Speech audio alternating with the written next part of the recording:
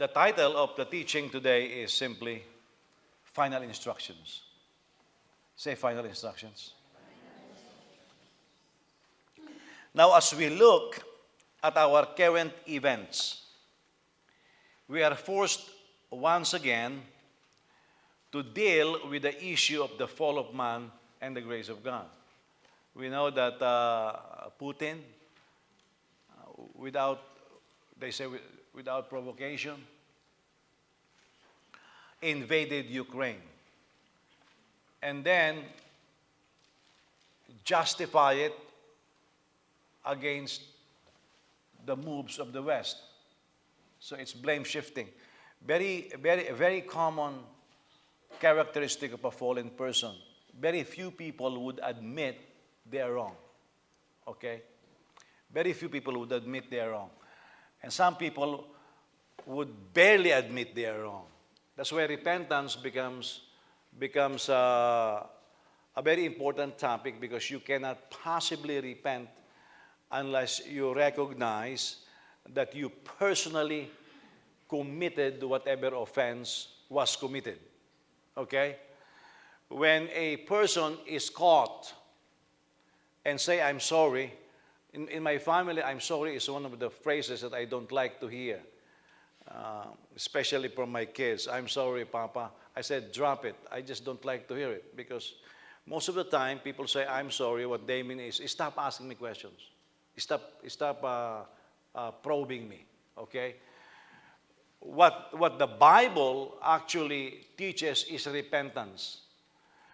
Every time there is a preaching situation, one of the results should be, it should solicit repentance, not apology. Okay? Not when we hear the word of the Lord taught, we should be saying, oh, I'm sorry, Lord. That's a very good phrase for a modern man, but the reaction should be, I repent, meaning I change the way I think. My consciousness is what I'm thinking. I'm changing. Okay? So all of these things, I mentioned last time that after all the criticism that the President of the Philippines received regarding his actions over Taiwanese incursion on Philippine sea territory, it turned out he's right, because he was being pushed by the U.S.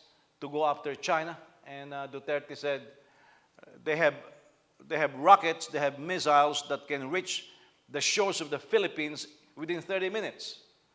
And he said, we enter into a war with China, we lost. And they question his patriotism. And they say, well, you can invoke the security treaty between the Philippines and the U.S. And he said, the U.S. will not come, because the guy is a lawyer, so he knows some about history.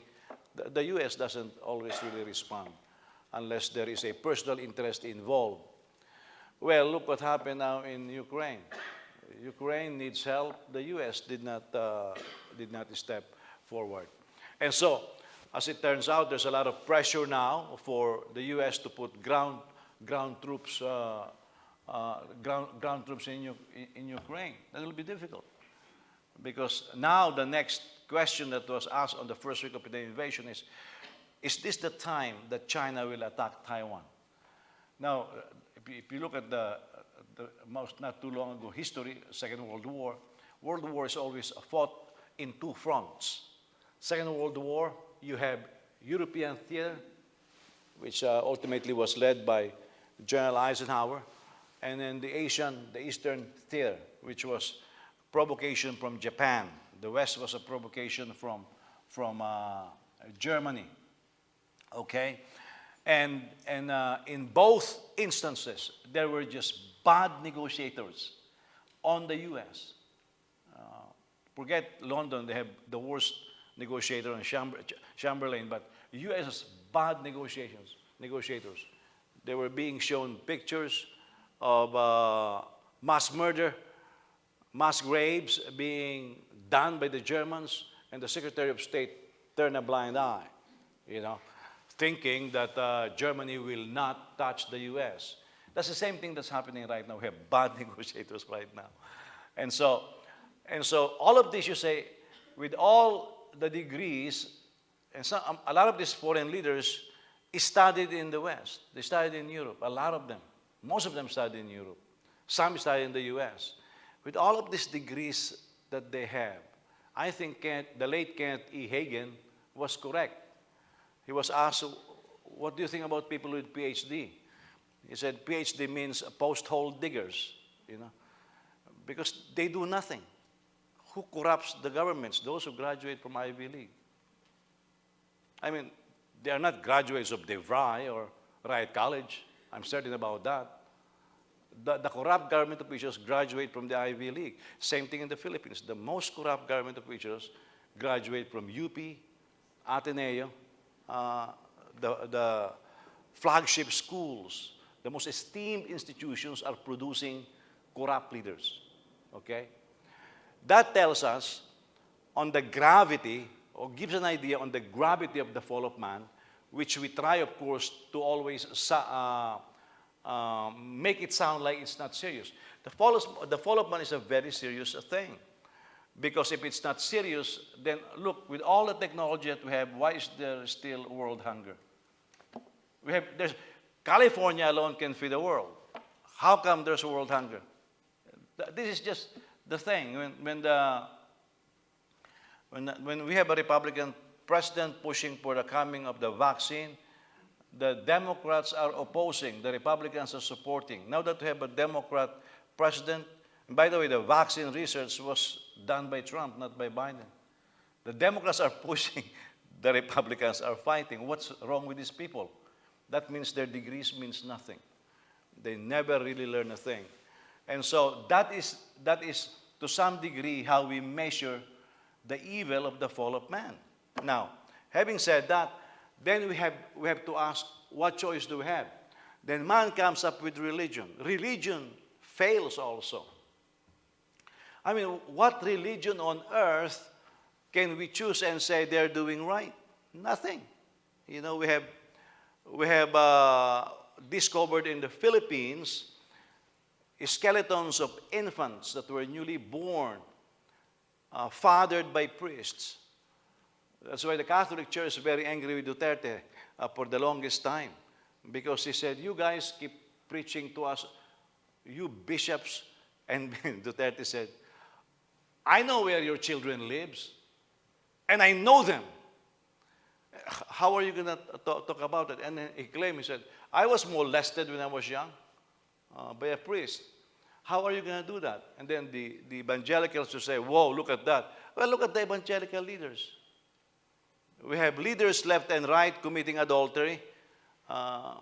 One was a pedophile, high profile. So what are you going to do with that? And that is the same thing with all the religions. I remember Maharishi Mahesh Yogi was asked in Florida, how come you have so many Mercedes and a couple of Rolls Royce if you don't believe in these material things? He said, well, I don't feel them, he said. What do you mean you don't feel them? You sit there. But these are the lousiest excuses that are taking place. Now that is looking outside. You look inside. You will begin to realize that without the grace of God, and if we don't live by faith, no matter how good you think you are, we always fall short. And nobody is exempted from that. That's why our faith should continually be anchored in Jesus Christ. I'm telling you, my wife is here. I have never seen a 100% submissive wife. That includes my wife. Okay? And I have never seen a 100% loving husband that is willing to die for his wife. Never. Yeah, we have a lot of abuse taking place and on both sides. Children. Have you ever met a 100% respectful child? I mean, we look at our children, we tell them so many times, they just don't listen. That is part of the gravity of the fallenness of man. That's why we have to always make sure that our faith is grounded on Jesus. And so, the present day of ministry of Jesus, as we have repeatedly mentioned, is as an apostle and high priest of our confession, which we defined our vows before God. When we make a vow before the Lord and we believe God, that is enough. We look at God and say, Lord, you know, on my own I cannot do it. On my own I don't have the strength to overcome sin, to overcome this world and the devil. But with your help, with the progress of the Word in my life, with the help of the Holy Spirit, I can make it. And that's how people make it. You look at the Bible, even Paul, Moses himself was so upset one time, the Lord told him to speak to the rock. He struck the rock. And this is the reality of our lives as people struggling against against the fallen man. But at the end, this battle, we look at wars, we look at struggles in the families, we look at struggles in our school system, and we say, oh, we have bad managers. There is a spiritual world that is very real, more real than the physical world. And the spiritual world influences and guides the natural world, you know. And that is just a reality. And so, Lesser Summer has one member that died, and I took my course on angels and demons under Lesser Summer, and he has been explaining about all these kind of spirits in the spirit world. And he said one of his members died and came back to life, and told him when he died, there were two angels that came along his side to take him to heaven. And he said, when they took him, he was wondering, why will they guide me? I'm just going to go straight to heaven. And then he said that the Lord allowed him to see the way to heaven. And he said, in the air, he said, not only did he see angels, he said, I saw demons. Yeah. And he said the most organized demons that he saw are what he called as the marching demons. Okay? And he asked him, what are these marching demons? He said, these are warrior demons. These are the demons that possess people like Hitler. You know, theologians, almost everybody believed that he was demon-possessed at one point because the guy was not smart at all and was able to stage that kind of evil in the world. And he said there's a specific group of demons that other demons don't even want to talk to. And this is where I disagree. At some point, he said there is a group of demons that these other demons avoid. We have ruling spirits. And he asked, what kind of demons are these? He said, the homosexual demons. He said, these are the dirtiest demons in the spirit world. Yeah, that's what he said. He said, even the other demons don't want to touch them. These are the dirtiest. No wonder the Bible says they're abominable in his sight. And yet, even some Christians today are subscribing to it, you see. That is a manifestation of how far we have fallen. And so, but all of this will come to an end because the Bible says that ultimately everything will be put under the feet of Jesus Christ. Now let me read to you a passage from Romans 8, verse 18. Starting on verse 18. For I consider that the sufferings of the present time are not worth, look at this. Now we're talking about Christian suffering and righteous suffering here, are not worth comparing with the glory that is going to be revealed to us. For the creation, now it's not just talking about humanity, the creation eagerly waits with anticipation for God's sons to be revealed. For the creation was subjected to futility, not willingly, but because of him who subjected it, in the hope that the creation itself will also be set free from the bondage to decay and the glorious freedom of God's children. So it is saying that the moment our final redemption is executed, even the animal kingdom will be set free. Now people say, well, in the new heavens and the new earth, will there be dogs? Well, forget dogs, In the millennial reign, the Bible says the children will be playing with the lion and the cobra. Yeah. So that means they will be the pets. Because they will be tamed now. Well, not tamed, but the animal kingdom is also suffering. By the way, the animal movement recognized that. The amount of suffering that animals go through from the hands of men, Now, people say, well, then do you disagree with animal skins being turned into jackets?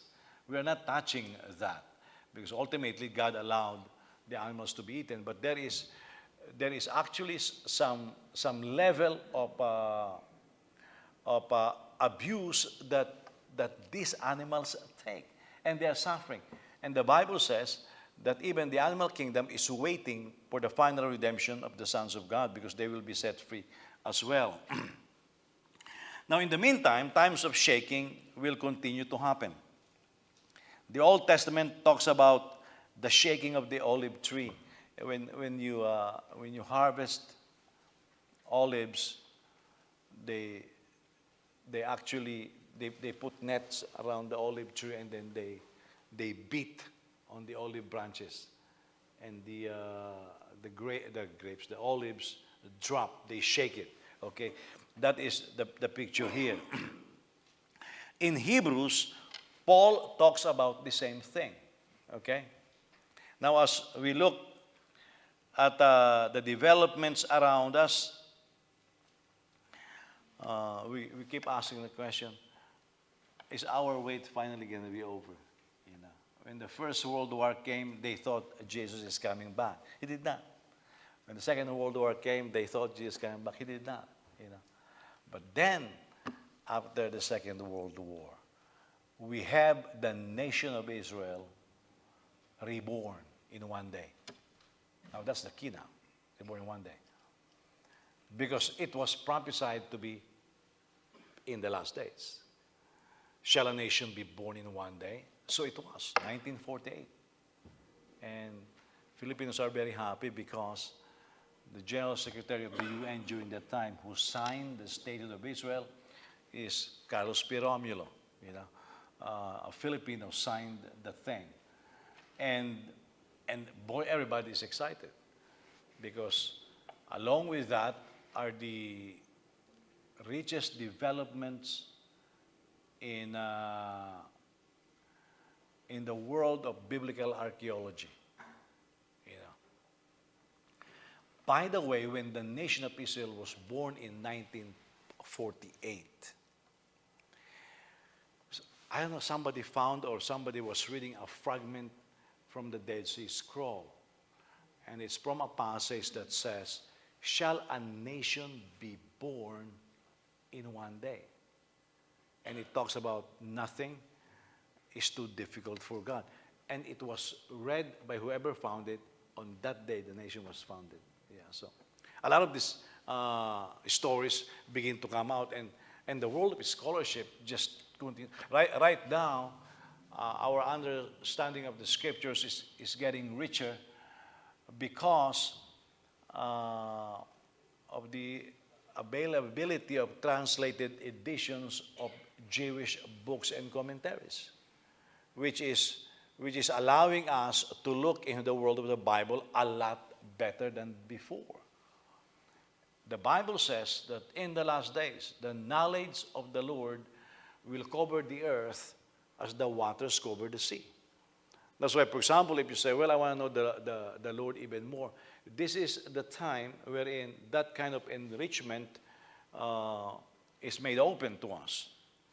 So, but in the meantime, of course, the shakings will continue. So, let's look now at Hebrews chapter 12, starting on verse 25. See to it that you do not reject the one who speaks.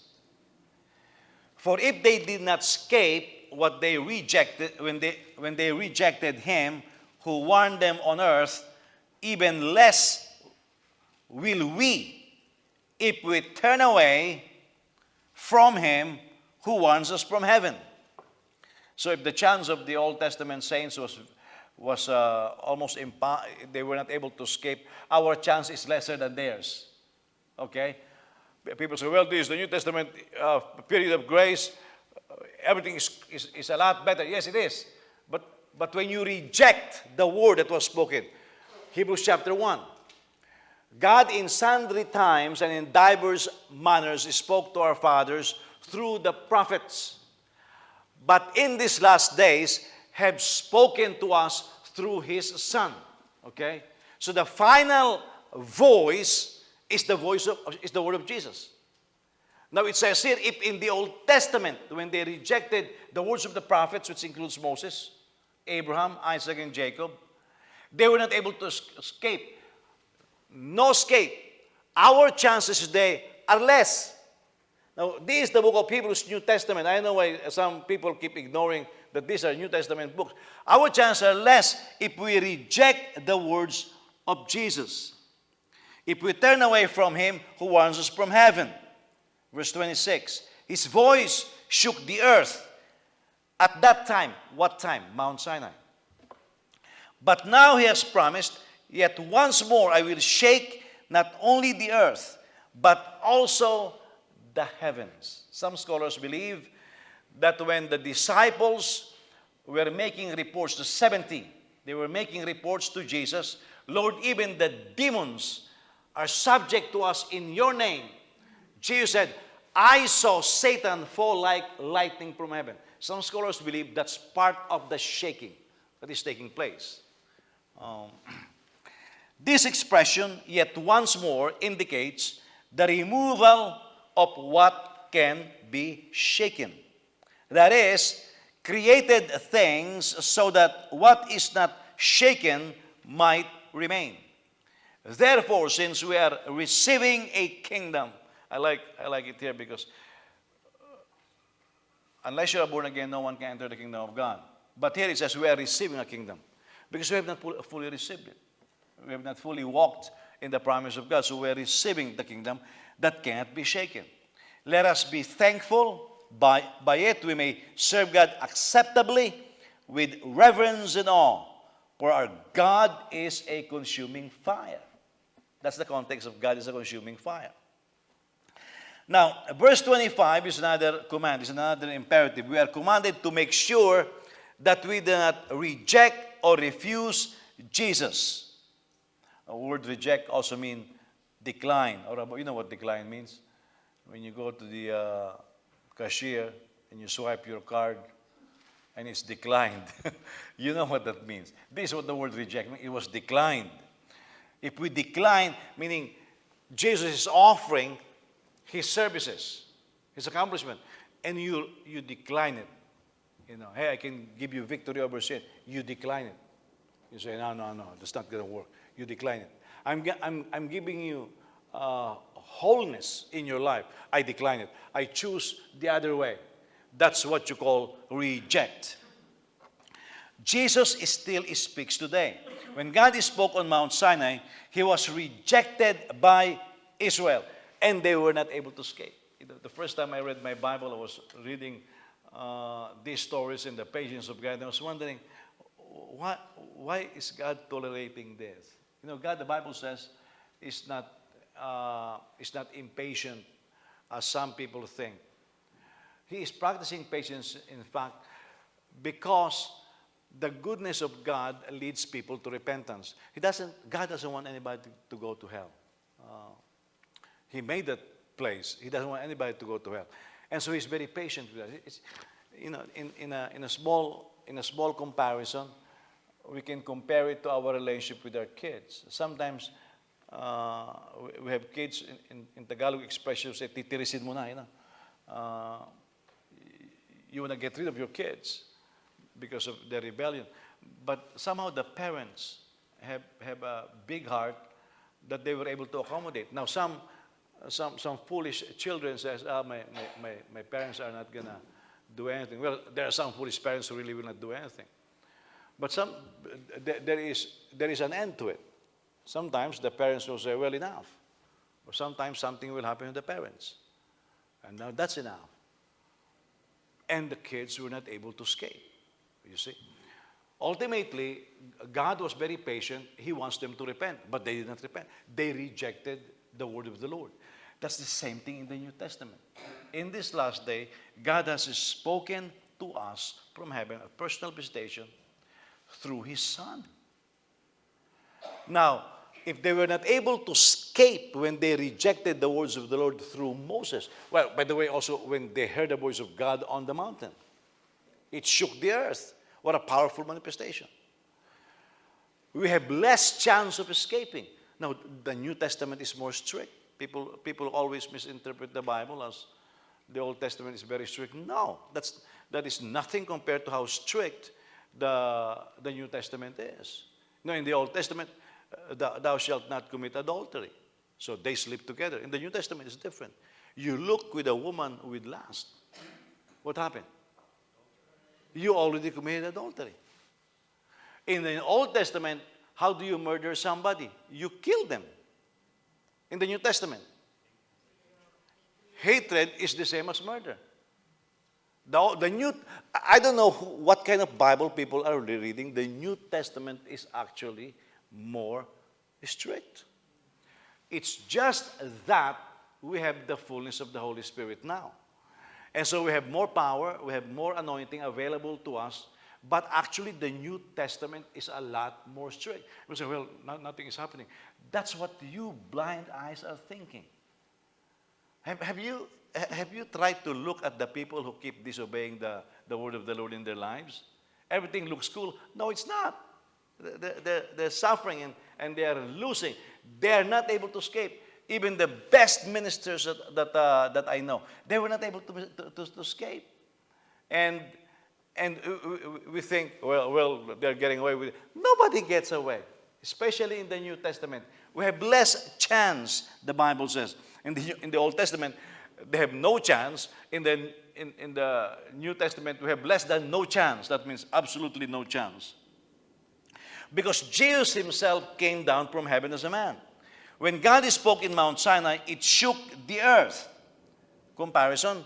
Now the words of Jesus is still speaking to us, and it is still shaking the heavens and the earth. You know, if you are sensitive to the Spirit of the Lord, the word of the Lord, it shakes you from the inside.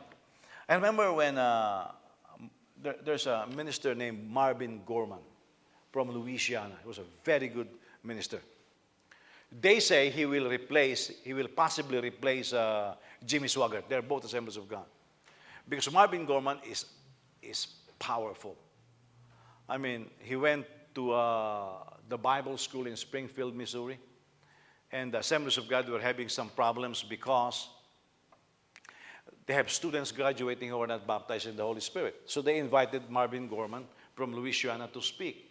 And Marvin Gorman preached, and then he said, those of you who are not baptized in the Spirit, he said, come forward, I'll pray for you to receive the baptism of the Holy Spirit. And then he said this. He told the students and the professors there, he said, you watch this. He said, every person that I put my hands on will receive the baptism of the Holy Spirit. And he didn't even pray. He put his hands to these students one at a time, and each of them spoke in tongues. So they say, well, he's going to be better than Jimmy Swaggart. So jealousy between these ministers brew. Of all the powerful ministers, Marvin Gorman fell, committed adultery. Yeah. And Jimmy Swaggart just went after him. Couple of years, well, he became vindictive. Okay? So what did he do? He sent a spy who followed Jimmy Swaggart. Just sent. Well, one day he caught Jimmy Swaggart doing something that is immoral. And so he told him to tail him. You know, he was patient. Then one day, Jimmy Swaggart checked in a motel with a woman. In the middle of the night, Marvin Gorman received a call and say, we got him, sir. And he said, go ahead, destroy him.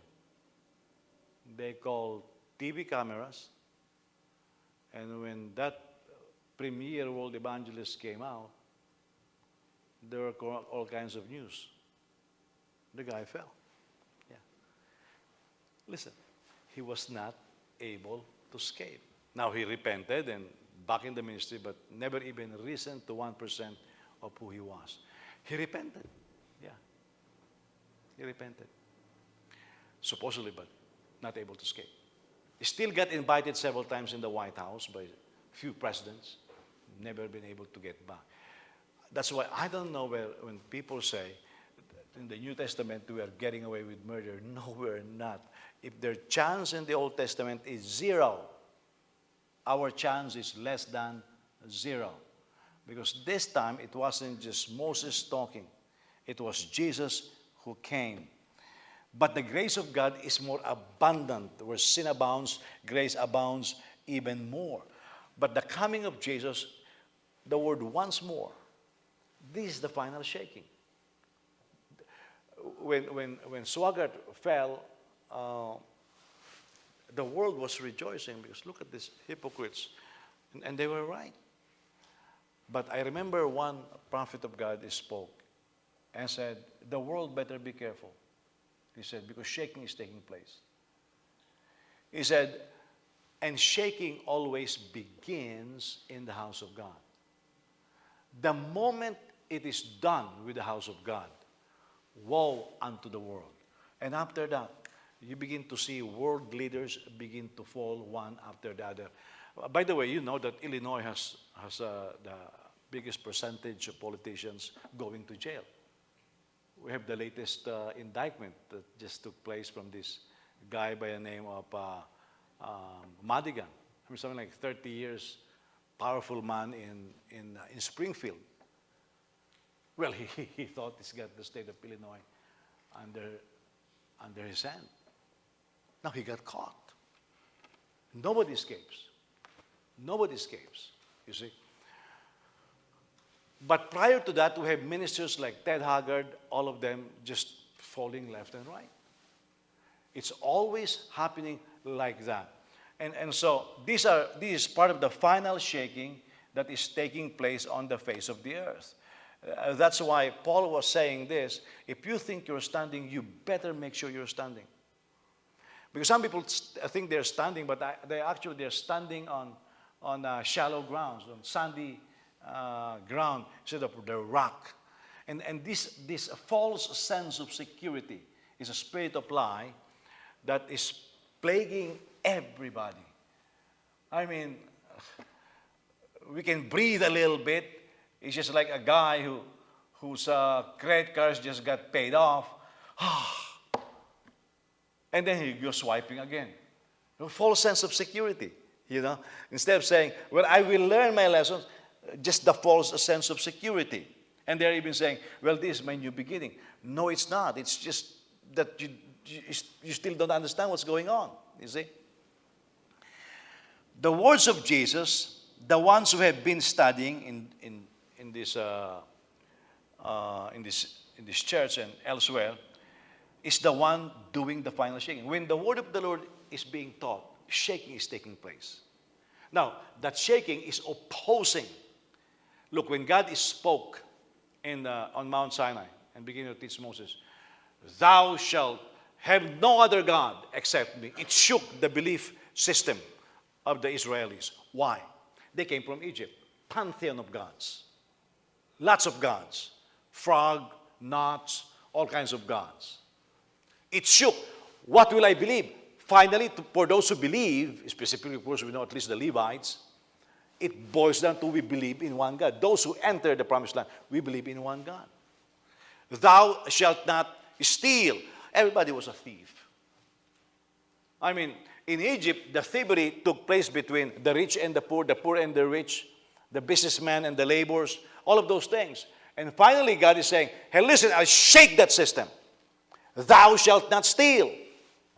Thou shalt not commit adultery. By the way, in the ancient times, there comes a point even that a man will wake up in the morning and look at his wife and say, I don't like you anymore. They'll have a divorce. That belief system was shaken. Because in the New Testament, not only did Jesus went against it, Paul went further in saying that the husband should love the wife and be willing to give his life for his wife, even as Christ gave his life for the church. Oh, what a love. It shook the belief system. And right now, with all the legislations that are very ungodly, you contrast it with the Word of the Lord. Every time the Word of the Lord is taught, it is shaking that type of belief system. And so even today, the words of Jesus is shaking the world. Once more in verse 20, in verse 26 indicates that. And what can be shaken will be removed. Okay? What can be shaken will be removed. And so that is what's going on right, and it will continue to happen. What cannot be shaken are the ones that will stay or remain in place. This is the same words that Jesus used when he said, abide in me. If my words abide in you, me and my Father will remain. That's the same word. Okay? That is exactly the same Greek word. We have to remain in Him. If we remain in Him and our lives are anchored in Him, Book of Hebrews, Jesus is our anchor, we will not be removed. We will not be shaken. I like that illustration of a hurricane in Florida by, I think by a beach or something. And so there is a code, a building code. There's one establishment, family-owned. If the building code says you build on 2x4s using the following things, I think their acceptable distance is 16 on the 20 on the center is acceptable. This guy built on 2x6. I mean, because he knew it's a hurricane place, I think he did it 12 on the center instead of 16. 12 on the center. Yeah. And then he's got extra hurricane ties and everything else. Everything was premium. And it cost him double to build the establishment. Well, after the hurricane, all the buildings collapsed except his. It damaged part of his sidings. The roof was not really damaged. But he was asked, how did it go? He said, because the building code is minimum standard, he said. He said, people don't realize it's minimum standard. Minimum acceptable standard, he said. So what I did, knowing that this is an area where hurricane always pass, I did not follow the standards. I went beyond it. You see, that can stand. You see, if we follow worldly standards, we will not be able to stand the shaking to stay in place. We have to go beyond that. Okay, we have to go beyond that. That's why the Bible says when a righteous person sees trouble, what does he do? He did not act like a Filipino. You know, when a Filipino sees trouble, we follow the trouble. Ano nangyayari? Baril, patingin nga. Uy, patay na pala. No, that's not how it works. A righteous person sees trouble and take refuge. He runs. He runs. There is a priest that I know, an Anglican priest. He was in the military and he was well trained. Now, that's a good training. But he was a priest now. He was a classmate of mine, actually. And he said this. His fellow priests laughed at him one time because they were having a church gathering or something with a lot of ministers. And he said, and this is during the shootings that take place. He said, while they were holding the service, they have their bishop and everybody else, and said, I was just there, a nice Anglican priest. He loves to drink too, and he loves Cuban cigar. He said, while they were having the service, he heard something, a loud bang! Now, he's a very proficient shooter. He loves something. The first thing that came to his mind is, that was a sound of the gun, of a gun. So he said, in the middle of the meeting, he heard that, BAM! He dropped. He said, he dropped to the ground. And he said, when he dropped to the ground, everybody around him looked at him like that. And said, he looked up, nobody dropped to the ground. Yeah. You know why? His military training. You heard shooting, you take over. Okay? That's safety. In the Philippines, you heard shooting, you usyoso. Yeah. During the coup d'etats in the Philippines, we have a dentist who lives in Mindiola. He died because, the shooting took place. And so, bang, bang, bang! Filipino dentist. Ano kaya yun? Abay, lumabas. May topak. Paglabas, oops. He opened his eyes. You know what he saw? Saint Peter. He was dead. Yeah, he died. He was hit in the head. You hear shooting, you drop. Okay, that's basic. That's why the Bible says, a righteous person, you see trouble, you don't run to trouble, you take refuge. People may criticize me, I'm too strict with my kids. I see a little bit of trouble, I scream. Yeah,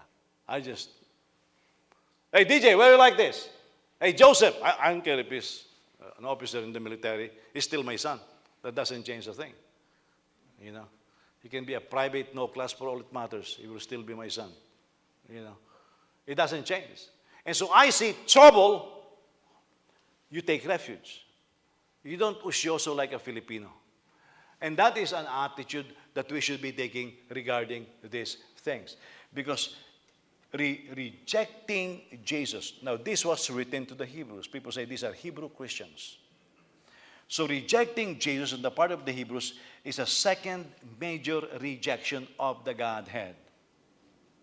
And not just to one of his servants. They rejected God made flesh. Now they rejected Jesus. The Hebrews showed themselves to be a shakeable people in matters of faith. Now what is being shaken from us is our faith life. We have to live by faith and not by sight. Now, this is being applied to the church. Is the church going to be shakeable like Israel? The answer is yes. I always say this. Christians today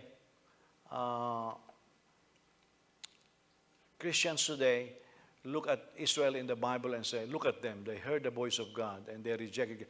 And Christians criticize the Jews and they say, well, look, they crucified Jesus and all of those things. They disobeyed God in spite of all the miracles that God did. Well, how are we doing so far? How are the Christians doing so far? I would tell you this, we are not better than them. If they were not able to escape, our chances are less than none. We criticize that they did not follow the command. How are we doing so far? Yeah, they violated, thou shalt not commit adultery. But Christians today look at women with lust. Women look at men with lust all the time.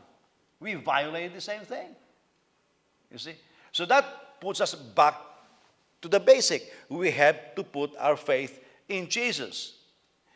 Oh, worse, there is a belief system now that God has grandchildren, God have no grandchildren. God only has sons and daughters. What do I mean? Well, my dad is a pastor, I'm okay. No, you're not. Because God has no grandchildren. God only has sons and daughters. Well, my mom serves God all his life. Who cares? You have to make your own decision and be a child of God. God has no grandchildren on this earth, only sons and daughters.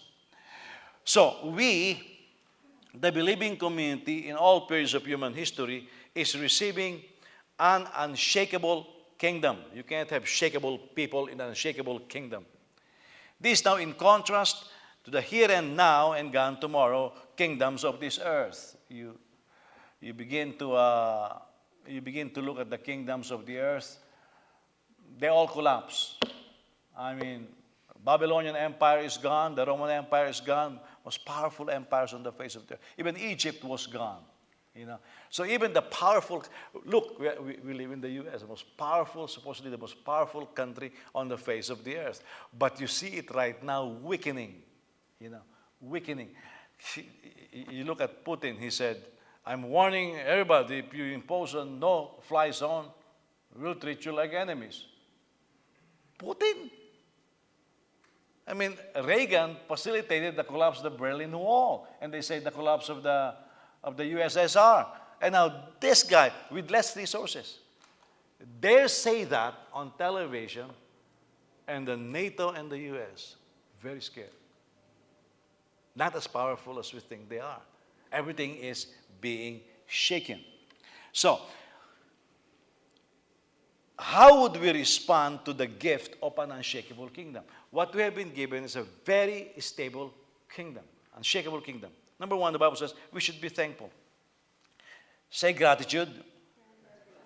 Being grateful is how we may be able to serve God acceptably with reverence and awe. I've heard Christians say, well, it's better before I get born again. I have lots of friends and I can do a lot of things. Now that I'm born again, I'm restricted. And so you lose the gratitude. Yeah. I mean, what would the wife do? If a husband comes and says, well, it's better when I was single. I can go around dating whom I want, go home whenever I want. Now that I'm married, I'm restricted. Your wife will kill you. You see? Now, you cannot say, well, my single life is better. Oh, you can't say that. With all the difficulties that comes along with it, I'm telling you, marriage is one of the most wonderful gifts that God has given to man. You marry right. It's one of the most beautiful things that God ever gave to us. The sex, if you do it within the bounds of marriage, is one of the most beautiful things that God has given to humanity. It's just that humanity is corrupting it. You know, I like there's a preacher that went with Don Stewart years ago. I was still in high school, and he said this. He said, if you have not witnessed to a soul, and if you have not done any spiritual thing today, he said, and you're married, the most spiritual thing that you can ever do is to make love with your wife. When I heard that, I was in high school. I said, whoa, what a scandalous statement. But he was right. You see, it's a very spiritual thing. And so you have sex in the bound of marriage, no guilt. You know, it's the most beautiful thing there is. But you do it outside the bounds of marriage, then you feel guilty. You have to kill your conscience. You have to have a seared conscience to make it acceptable. We have to be grateful that now we have been redeemed from the power of sin. We are being redeemed from the influence of sin in our lives, and soon we will be redeemed from the presence of sin when our bodies are glorified. Look, we have gifts and resources made available to us. You know, all of us here have different kinds of friends. Some of my friends are dead now. Some of them. I have minister friends, colleagues. Some are senior to me that have fallen aside. You know, I have classmates in elementary who became part of the criminal element of the community, and they're dead now. They have encountered with the police. These are people that I played with when I was a little boy, you know, and they were not raised properly. And so you have that. And if you tell me I don't have a better life, I have a lot better life. Well, some of them are dead. They have no more life, you know. When I followed God to come here, some of my friends, ministers, there's an American missionary that I work with in Baguio during the earthquake. When I resigned, I saw him in is that Hyatt Ann, the one in Ross Boulevard? Or is that Hyatt? What? Oh, is that Philippine Plaza? I don't know what to tell was that. So I was picking up the most Reverend Benson in the house, and he saw me. This guy always works out, you know. And he approached me. Jose, is that you? I said, yeah. And he said, are you okay? I was saying, what do you mean? I am okay. He said, I heard you resigned from the church. I said, yeah, are you okay? Is there anything I can do to help you? I said, I'm okay. Are you sure you're okay? So I left and flew to the Philippines. A couple of years later, the guy, he's got a beautiful wife, beautiful family, divorced his wife, married a Filipina whom they say was a prostitute. This guy was very clean. Last time I saw him, full of tattoos, very dirty. No longer in the ministry, and I'll tell you what. He was part of the staff of one of the most successful churches in the U.S. Pastor is Casey Tree. And I've seen that. Whoa. Do I like my life? Yeah, I do like my life. But you have to do it by faith. There are some things that you will not see the result right now. But the word of the Lord is true. You hold on to it. You hold on to it. I have some friends whose marriages broke down. These are ministers. I have a minister friend whom I have trained. He ended up fighting physically with his wife. They hit each other. He's a man, you know. But the problem is the wife is a better fighter. He's the one with bruises all the time. I said, what happened to you? I said, I disagree already with the fact that you are fighting with your wife. But I said, your wife seems to know how to fight more than you do, you know. He was coming to me one day with bruises and black eyes. I said, oh, my wife beat me up. I said, that's an embarrassment. You're a Filipino, for goodness sake. And your wife beat you up. I have seen these things, you know. And so I like my life better. We are receiving a kingdom that is very powerful. Yeah. Remember, guys, for some people will not. When we started this church, some people tell me, well, Pastor say we only have 2 years in Chicago. One even say 1 year in Chicago.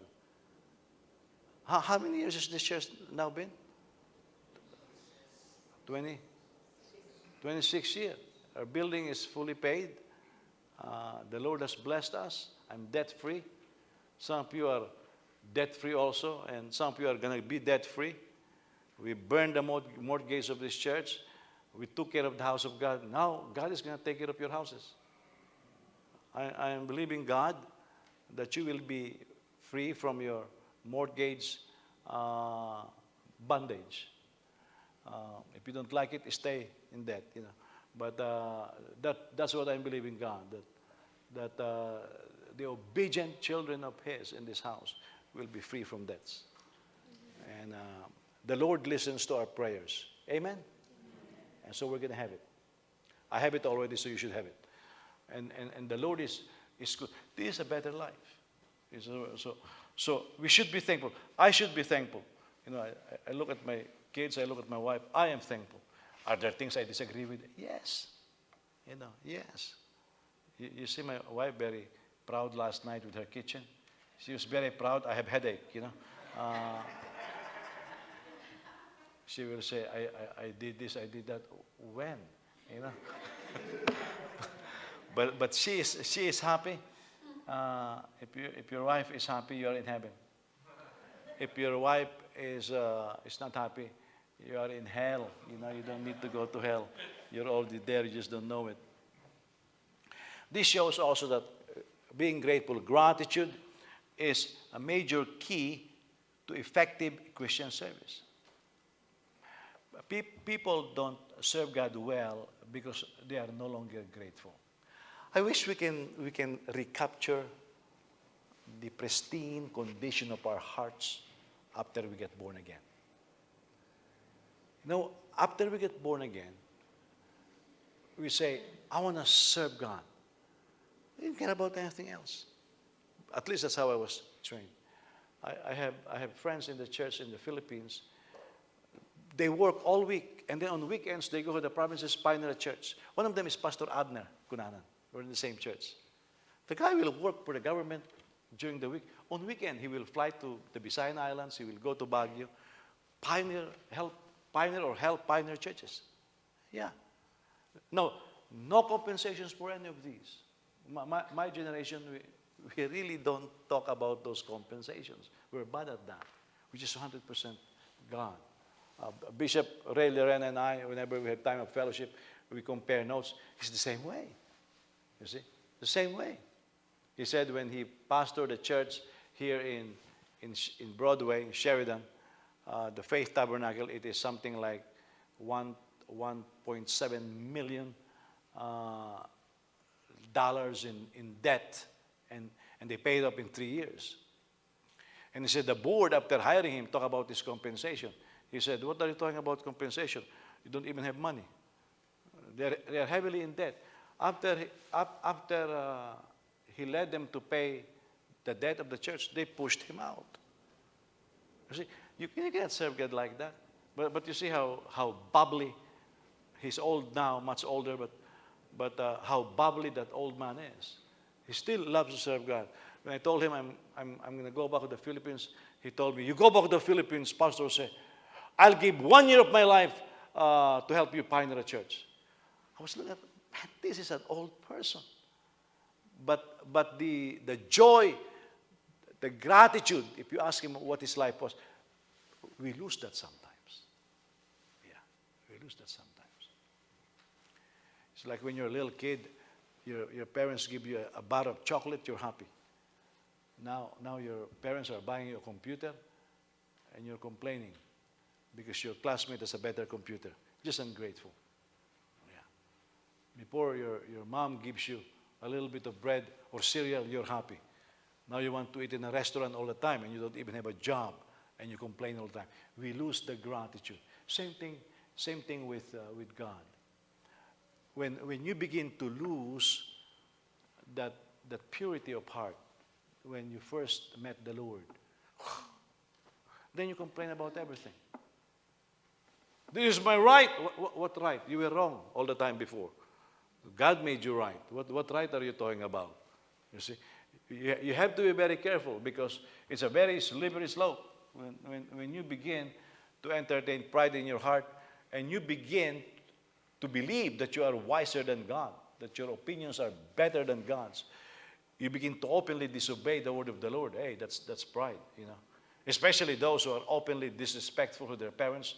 That's an open disagreement with the word of God. You know, the Bible says you have to honor your parents. When you are not honoring the elders openly, and some are very proud of doing that. That's an open rebellion against the word of the Lord. These are the ungrateful people. The faith can be shaken. Why should we be thankful? The Bible says, for God is a consuming fire. That is the context. The consuming fire language brings us back to Mount Sinai. They were not grateful that finally they were freed from bondage. Remember in Exodus chapter 1, and Pharaoh put them in hard labor. And they were slaves. And Israel was crying out to God, Lord, deliver us. And I can almost hear them saying, you promised even Joseph entrust us with his bones when we leave Egypt. It's too much. Let us get out of Egypt. The Lord led them out of Egypt. What happened? What is their attitude in the wilderness? Complaining, grumbling. Yeah, that's what happened. They were talking about garlics and onions. Some of you here don't even like garlics and onions, you know. Can you imagine this? The Hebrews were, oh, the garlics and the cucumbers. Did you ever eat at Superdog? Do you eat the cucumbers there? You know, the pickles there? No. But these people are willing to exchange freedom for garlic, for onions and cucumbers. Why are you going back to slavery? Oh, garlic, cucumbers, onions. You don't even know how to cook. And a lot of people are willing to go back to slavery of sin for little things. Yeah, for little things. You know, they made a study on why couples have divorce. It turned out they divorce over some very little things. Yeah, some very little things. I had an intern before I sent to the province to pastor. He's got a beautiful girlfriend, a professional, you know, medical technologist. And she said, let's get married. And this pastor said, no, I'm serving God. And he has other excuses. When I sent him to the province, within 1 year, committed adultery. Yeah, committed adultery. So I have another intern that came out and said, hey, pastor said, do you know the woman that he committed adultery with? I said, no. I said, I haven't seen him. I have not been to the province where I sent him, but we're about to find out because I recalled both of them for restoration and discipline. And he said, man, she must be gorgeous. Because the girlfriend that she broke up with was very pretty. She must be gorgeous, he said. So he was supposed to be on visitation that day, but he never left. Usyusero, you know, a Filipino pastor who likes gossip. So he waited So finally, this fallen pastor with this girl arrived. And after he saw him, he rushed to my office. They are here. I said, what happened to you? He said, Pastor, ang tanga. I said, what do you mean? He said, ang ganda ng girlfriend, break up. Ang tanga. The woman that he took, look at her. Now, on carnal terms, even me, I shook my head. It was shaken, because that is what sin is. We exchange. My wife also asked me, if I die, when I die, are you going to be married again? I said, no. I've learned my lesson. But setting jokes aside, how are you going to replace Anne in my heart? I mean, you've got to be insane. The struggles we went through, the pain she went through in helping me make this marriage work, the sacrifices she made, that is history right there. How are you going to replace that? How are you going to replace that? So, and this is what we have in our faith in Christ. Jesus died for us, left heaven, come to earth for us, suffered, got tempted in all points, yet sinned not. What are you going to replace Jesus with? Yeah. What? Promises of men? Religion? Nothing. You see? So I believe this. You and I need to take a personal inventory of the blessings of God and what we went through and start being grateful. You kids who secretly speak ill against your parents, try to live on your own. See what happens. Yeah. Start paying the bills. Right now, if your mom gives you a credit card, you go to the gas station, you pump the gas freely, full tank, because you're not paying. Now that you're paying, how much? How much per gallon? $4. Half gallon. Okay, that's half gallon. Yeah. Hey, let's go to McDonald's. We have no money.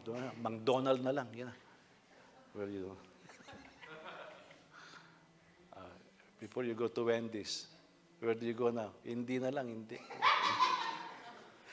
You'll not get it if you're not Filipino.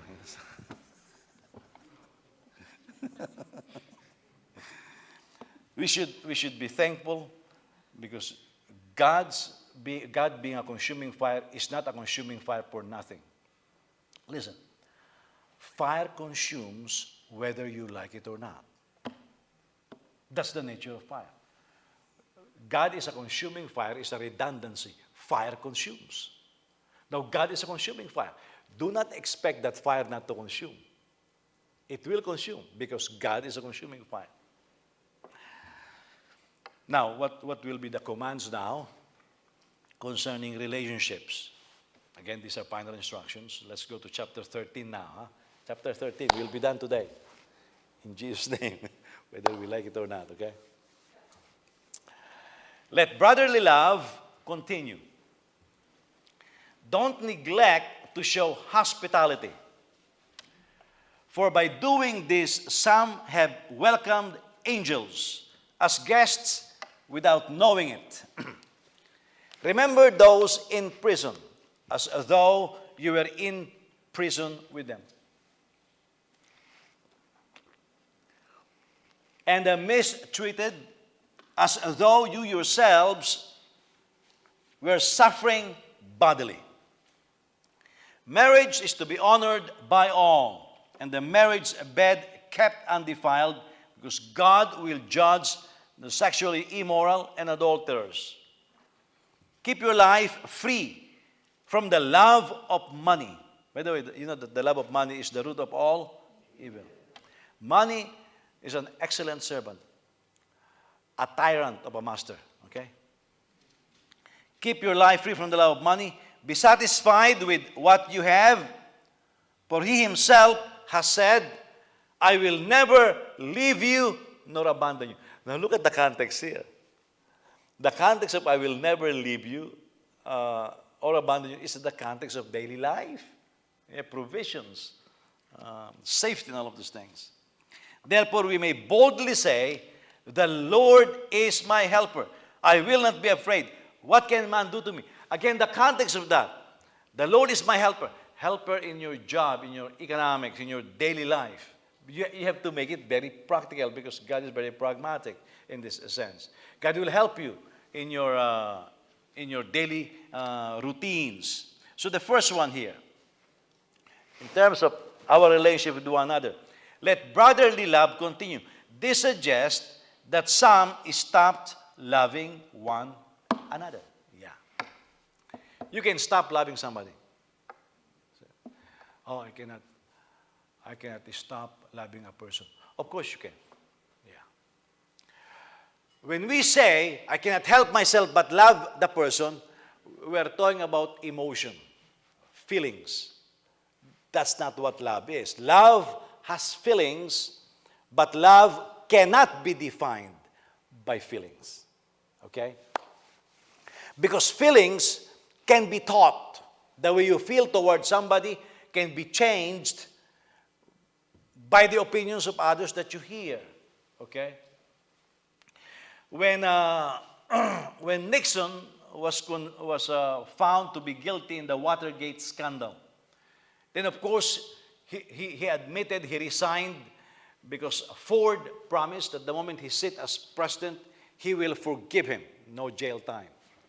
So he became an embarrassment to the United States.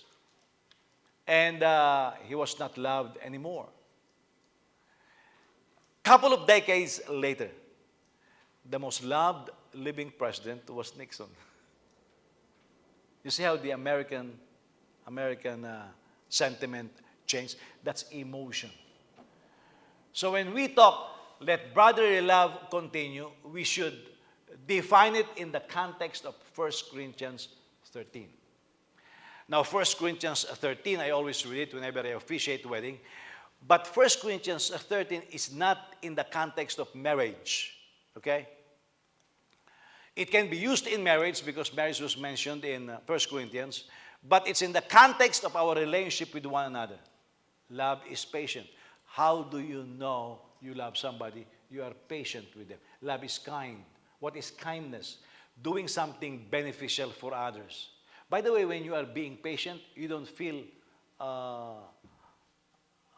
good. Okay? You want to kill somebody, but you're patient. But that is love. Feuding couples, sometimes somebody will tell me, I don't love him or her anymore.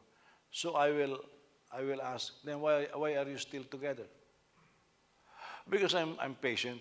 Then you love the person. You see, the fact that you're still patient means you still love. Okay? You still love. When God is not destroying us because of His patience, it shows He loves us. Kind. Keep giving beneficial things.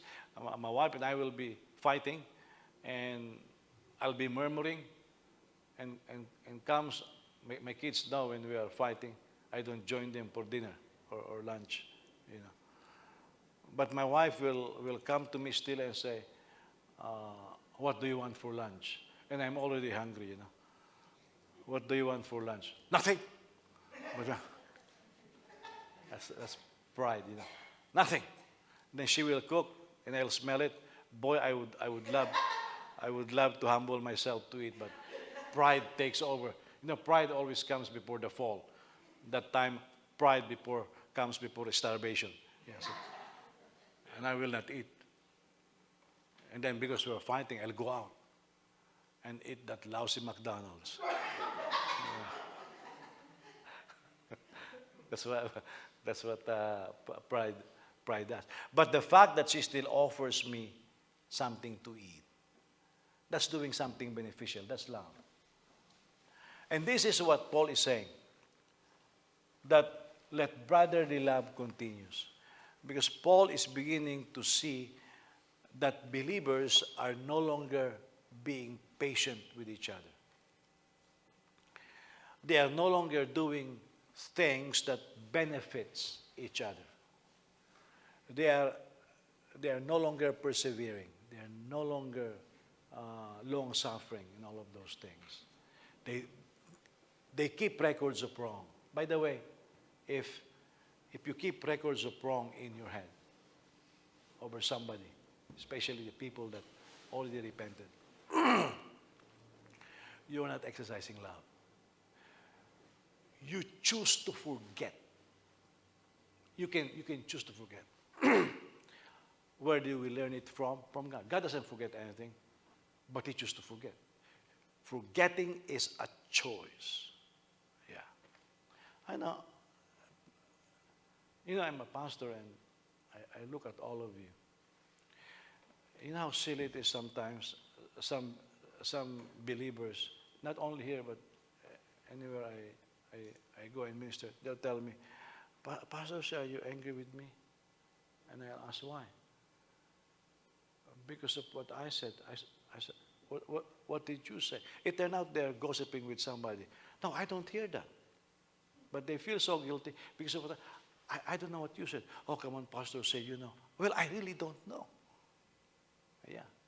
Well, I choose to forget. One of the secrets of Kenneth Copeland, while he walks in love, is if you are a worker of Copeland, if you work in his church, in his ministry, and you show him an article against him by somebody, you'll get fired. You'll get fired. He will not read any gossip. He will not. You will get fired. It's a policy in their church. You don't bring him any write-up, any tape of anybody bad-mouthing him. That's why his enemies are wondering, I just wrote a mean article against him, and he saw me, and he embraced me, and he shook my hand, and all smiled, because he doesn't know. He doesn't know. He chooses not to know. Wow, that's brotherly love right there, you see. Love keeps no record of wrong. And with all the prone to mistakes that we have among us, if you don't continue to walk in love, things will disintegrate. Yeah, it will just disintegrate. It will fall apart. Because all of us here will have something against each other. Yeah, nobody exempted. The only difference is can we put our faith in Jesus, He's our center, and the Word of God, and then choose that faith will work by love, because faith worketh by love. That's what the Bible says. Then we have better hope after that. You see. Now, we're not condoning any sin. We're not removing any discipline issues and all of those things. But love does that. And under turmoil, under heavy barrage of negativities, people can just give up and say, we will no longer love one another. If parents will stop loving their children, there will be no families. And I'll tell you this, all parents have reasons that sounds logical to stop loving their kids. Yeah. Especially if the kids are being unruly and disobedient. They have all the reasons. But families are held together because parents choose. I will continue to be patient. Yeah. Now, well, from what you say, love disciplines also. I will continue to correct. I will not. These are all balancing acts that God does, and we are told to do the same thing. Do not neglect. Look at this. Do not neglect to show hospitality. Say hospitality. The Philippines is known for hospitality. Until I went to Israel, you know, the Muslims are some of the most hospitable people that you can meet in your life. I don't know. They're very hospitable. It's in their culture. One of my professors got sick and he needs to go to the hospital, and he said this to us. He said, I have a check, a couple of $1,000. He said, I have the money to buy the medicine. And he said this. It was a Friday. By 2 p.m., the Jewish establishments who observe the Sabbath will stop working. They'll clean up to celebrate the Sabbath at sundown.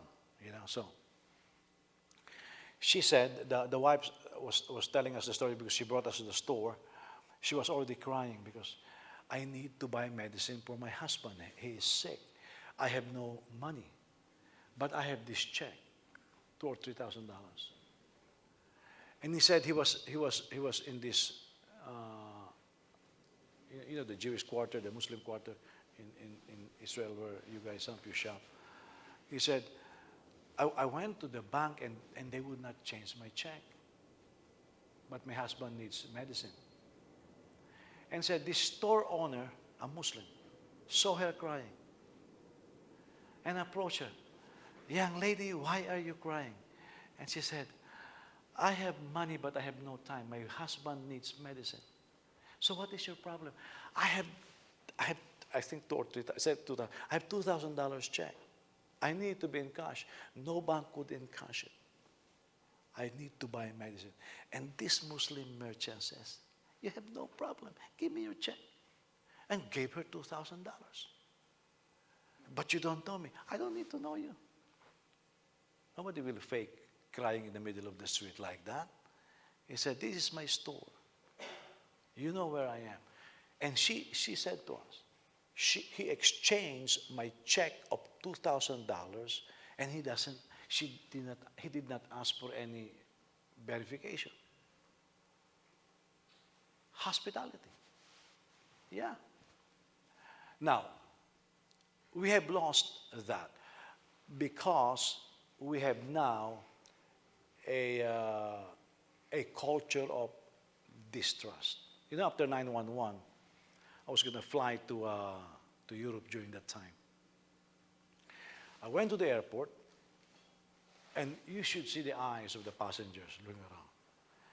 Now, you look at me, guys. I don't look American. Well, I don't know how an American looks like. I mean, how does an American look like anyways? But we have this prejudice in our mind that American looks either white or black. You cannot say that. How does an American look like, But I don't look like that typical American. If you can tell, if you can see, I don't look white. I'm dark, but not too black, So people are looking. And you can see the piercing eyes. The trust is gone. I mean, what do you see when you see a Muslim in the shopping mall? Better leave. Is there going to be an explosion? We lost the trust. Now, part of the reason why in those days they lost the trust is this. When you talk about hospitality in Bible times, you are not talking about, can I have a glass of milk or a glass of water? No. They don't have the hotels that we have, and they don't have the means of transportation that we do.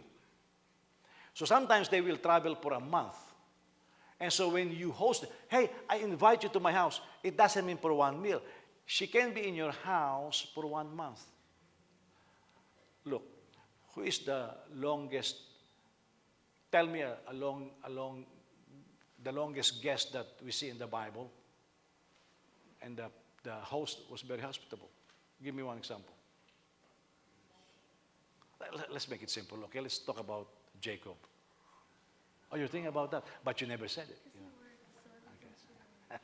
So Jacob went, and he was hosted by his uncle. For how long? Until he has children. He was hired already. That's hospitality in those days. Wasn't supposed to be there. Yeah. So it's normal. Now, some Christians in the first century became abusive of that, and some unbelievers. Oh, I can take advantage of people now. So I go to his house, and because he's supposed to be hospitable, I stay there for 1 month. I did not work. I did not help. I'm eating, drinking, and sleeping using his resources. That's why in some of the early Christian writings, one of the writings that was dug up was this. How do you judge a false prophet? If a man solicits your hospitality and he stays with you for 1 week and he doesn't work, all he does is eat and sleep, he's a false prophet. That's what they begin to say. Which means that when we talk about hospitality, some people are beginning to take advantage of that. Now, we're not supposed to allow people to take advantage of us, but they do take advantage of us, as we do take advantage of others. But that is part of the Christian character. Not because others are doing it wrong means you will stop doing right. I like what one professor from Trinity said. I'd rather be wrong, he said, I'd rather be wrong doing the right thing than be right doing the wrong thing.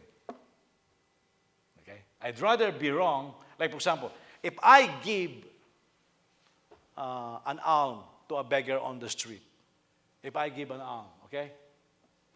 People say, well, he's going to buy cigarette and alcohol with that, even buy drugs. No, I'm not supporting that. I'm giving an alms. I don't know the person. Okay? Is giving an alms wrong? It's right. I'd rather be wrong doing the right thing. Okay? What if a brother is an addict and you know he's an addict? Huh? And you still give him money to buy drugs. You are right doing the wrong thing. You see? During the professor said, I said, whoa, that's a statement right there. You see? Other people taking advantage of us is not a reason for us to stop doing the right thing. It's up to them. Yeah, it's up to them.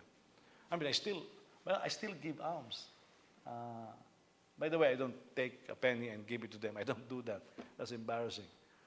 I save all kinds of coins in my car, and if I want to give it to the poor, I took the whole thing and give it.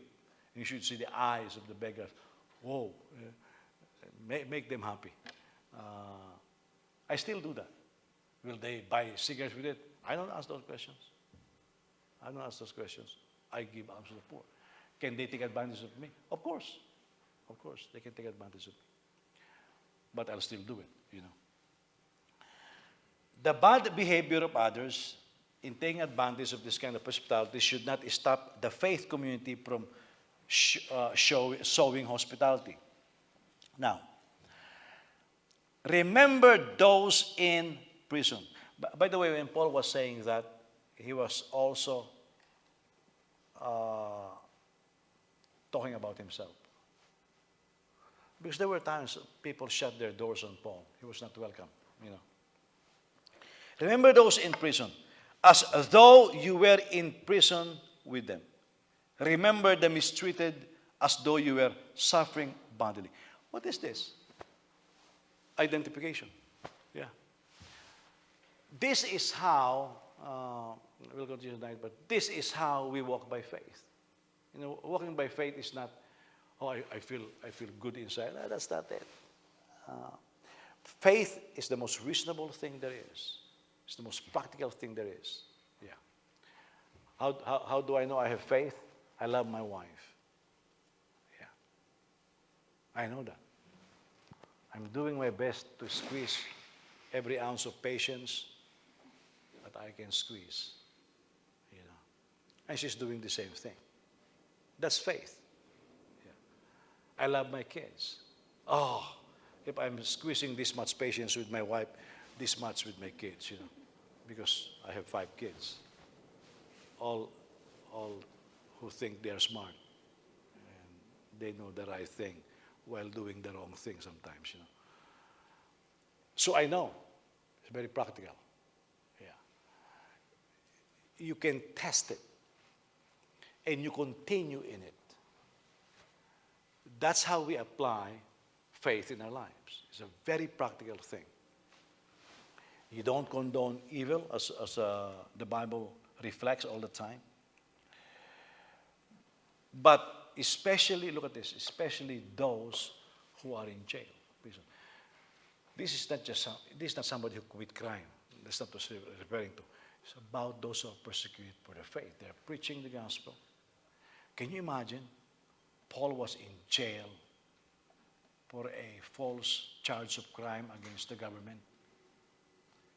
Wow. And Timothy has to visit him.